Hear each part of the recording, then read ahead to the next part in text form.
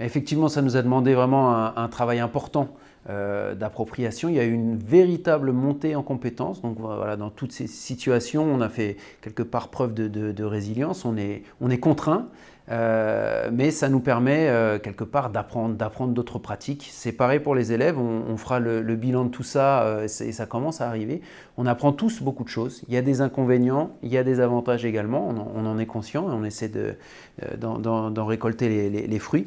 Il a fallu redéfinir, notamment en maternelle. En maternelle, pour les plus petits, le langage, le relationnel sont au cœur des apprentissages. On parle d'une école maternelle pour cet aspect maternel.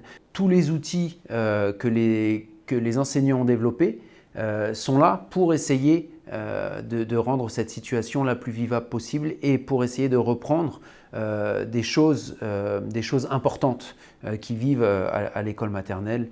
Je parlais de la manipulation, de la place du langage, du lien qui doit exister entre l'enseignant et ses élèves, de la motivation avec des entrées qui sont plutôt ludiques, attrayantes. On a été très attentif à tout ça.